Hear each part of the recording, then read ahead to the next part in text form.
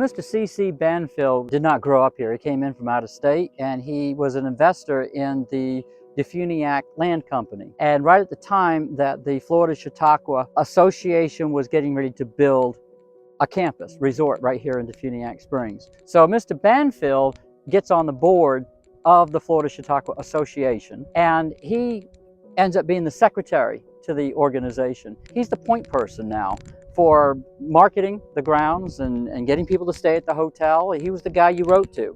He was the guy that's on the bottom of the maps. If you wanted to buy land here, you have to contact Secretary C.C. Banfield. So you can see he died quite young. He only died in his very early 30s.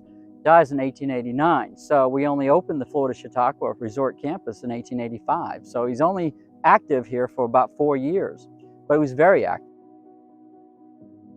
This is the very first grave site here at Magnolia Cemetery in Defuniak Springs. It's even marked first grave right at the foot here. You can see that she died July 4th, 1884. So this is the beginning of this cemetery. So we at least know that. This is just 6 months before the Florida Chautauqua Resort Campus opens up. So that leads us to believe that she had a direct tie somehow to the Florida Chautauqua. Don't know it for a fact, but we did recently get some circumstantial evidence that her name is on a roster in Chautauqua, New York, back in the day. So it is possible that she came down here for the assemblies and maybe died. Maybe she had something to do with the construction of the campus. We just don't know.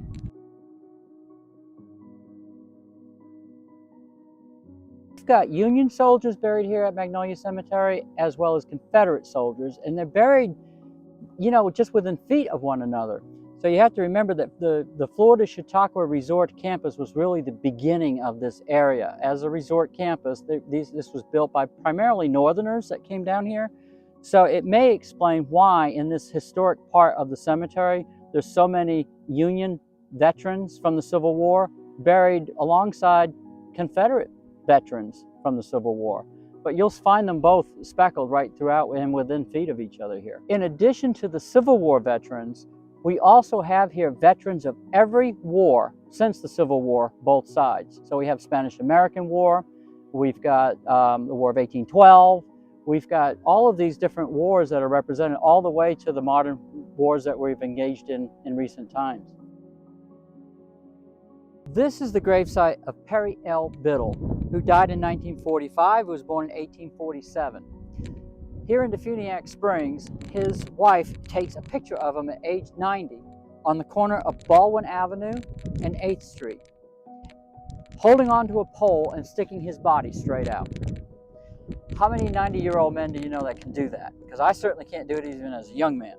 But she sends the photograph to Robert Ripley with a letter with her name and address, Defuniak Springs, right on the letterhead, and says, "Mr. Ripley, I don't know if you're interested in this, but my husband does this crazy kind of stunt, and I thought it'd be kind of interesting if I sent it to you." So he loved it. He wrote a little note on the letter saying, "We're going to turn this into a national cartoon," and he does. And this is the cartoon that shows up in weekly papers all over the United States, all over the world, that Perry L. Biddle is the human flag in Defuniak Springs, Florida, believe it or not.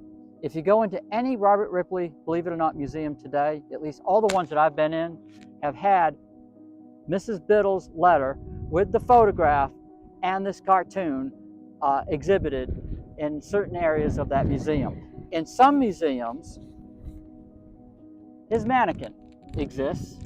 So be on the lookout when you walk into a lobby, maybe in Texas, you might find Mr. Biddle on a pole with a plaque at the bottom saying that he's from Defuniak Springs as a human flag.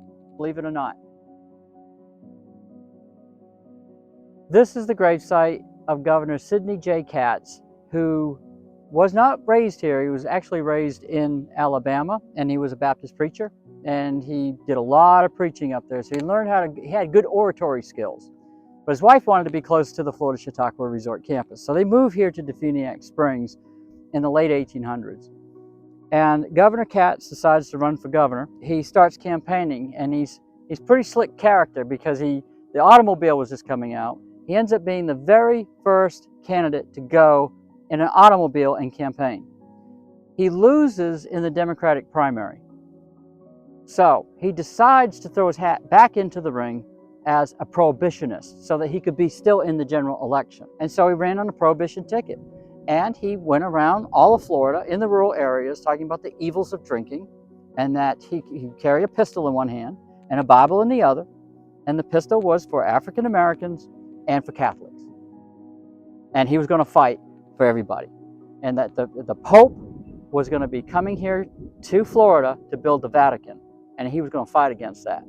So the public went nuts and voted him in.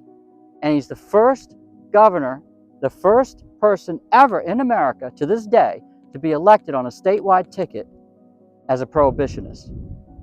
Now, some historians say that he did have some moonshiners in his cabinet. His daughter-in-law was Catholic. He only makes it one term. But then he's later accused here in Defuniak Springs, in his mansion, of manufacturing counterfeit money with his attorney.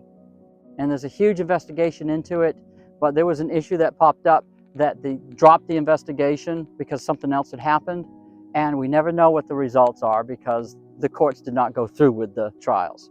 So, but anyway, Governor Katz is credited, though, for being the first governor in Florida to assist people with disabilities financially, so with state monies. So you got to give him credit where credit is due in various areas. So he was both a villain and a hero to many people here in Defuniak Springs and throughout Florida.